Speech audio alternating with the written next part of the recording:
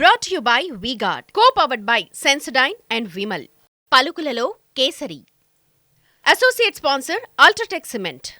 తెలంగాణలో పంట కొనుగోలు వ్యవహారం పొలిటికల్ కాక రేపుతోంది. ధాన్యం కొనుగోలు చెయ్యకపోగా రైతుల్ని ప్రభుత్వం మిల్లర్లు కలిసి దోచేసుకుంటున్నారని విపక్షాలు ఆరోపిస్తున్నాయి. మరొక వైపు అకాల వర్షాలతో తడిసిపోయిన ధాన్యాన్ని ప్రభుత్వమే కొనుగోలు చేయాలని డిమాండ్ చేస్తున్నారు రైతులు.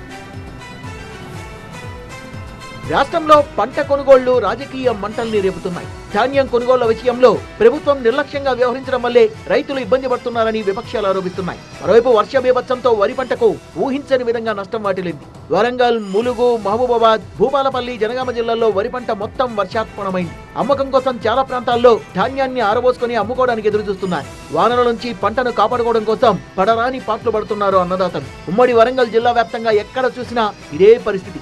ఆరబోసిన ధాన్యం కాస్త తడిసి ముద్దైపోవడంతో తడిసిన ధాన్యాన్ని ప్రభుత్వమే కొనుగోలు చేయాలని రైతులు కోరుతున్నారు. నిజామాబాద్ లో భారీ వర్షానికి చాలా చోట్ల ధాన్యపు రాసులు తడిసిపోయాయి. రైతు కల్లాలు, కొనుగోలు కేంద్రాలు, మార్కెట్ యార్డుల్లో ఆరబెట్టిన ధాన్యం కాస్త నీటిపాలైపోయింది. సకాలంలో వ్యాగన్లు రాక ఇబ్బందులు తలెత్తాయని, ఫలితంగా ధాన్యం తడిసిపోయిందని అంటున్నారు. భైన్సా డివిజన్ లోని డీసీఎంఎస్ సెంటర్లో కొనుగోలుకు సిద్ధంగా ఉంచిన ధాన్యం నీటిపాలైంది. మనల్పాడులోని కొనుగోలు కేంద్రంలో కూడా పరిస్థితి ఇలాగే ఉంది. తడిసిన ధాన్యాన్ని వెంటనే కొనుగోలు చేయాలని, మద్దతు ధర కల్పించాలని కోరుతున్నారు. వైపున ధాన్యం తరుగు పేరుతో మిల్లర్లు రైతులని మోసం చేస్తున్నారని మండిపడ్డారు బీజేపీ నేత మహేశ్వర్ రెడ్డి. వీరిని పర్యవేక్షించాల్సిన మంత్రి ఉత్తమ్ అసలు ఏం చేస్తున్నారని ప్రశ్నించారు. ఆయన వెంటనే రాజీనామా చేయాలని మహేశ్వర్ రెడ్డి డిమాండ్ చేశారు. రైస్ మిల్లర్లు రైతులకు ఫోన్లు చేసి మీ బస్తాల నుంచి ఇంత కట్ చేస్తున్నామని అంటున్నారంటే ఇంత పచ్చిగా దోచుకునే సిస్టమ్ ఈ రాష్ట్రంలో, ఈ దేశంలో ఇంకెక్కడా లేదు. కేవలం తెలంగాణ రాష్ట్రంలో కనపడుతుంది.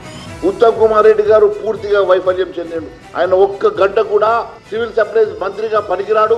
వైఫల్యం చెందినటువంటి ఉత్తమ్ కుమార్ రెడ్డి గారు రాజీనామా చేయాలని మేము డిమాండ్ చేస్తా ఉన్నాం.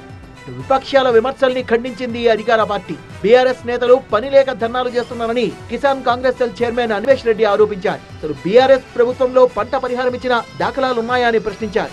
రుణమాఫీ గురించి మాట్లాడే అర్హత బీఆర్ఎస్ నేతలకు లేదన్నారు. దానికి రాష్ట్రంలో ధాన్యం కొనుగోలులో ఆలస్యం కారణంగా వైపు రైతులు ఇబ్బంది పడుతుంటే, మరోవైపున అధికార విపక్షాల మధ్య ఈ అంశంపై మాటల యుద్ధం సాగుతోంది.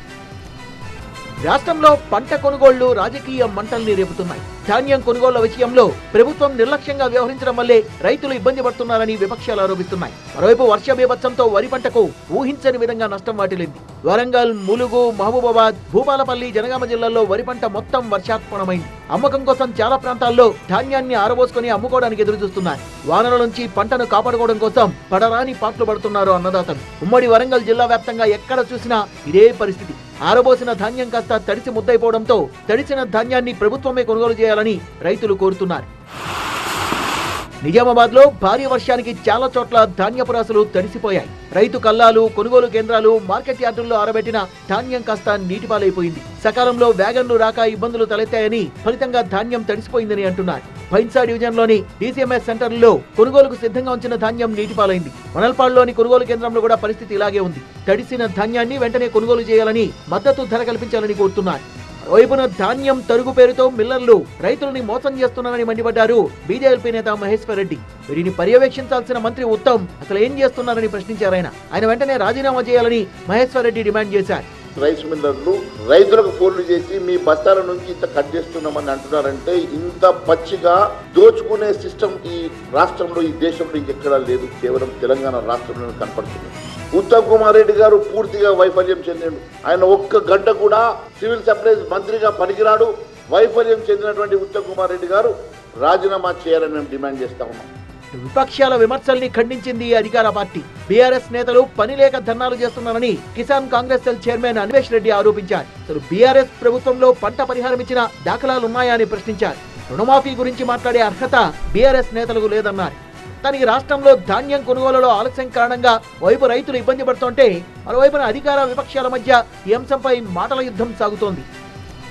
Brought to you by V-Guard, co-powered by Sensodyne and Vimal. పలుకులలో kesari. Associate sponsor Ultratech Cement.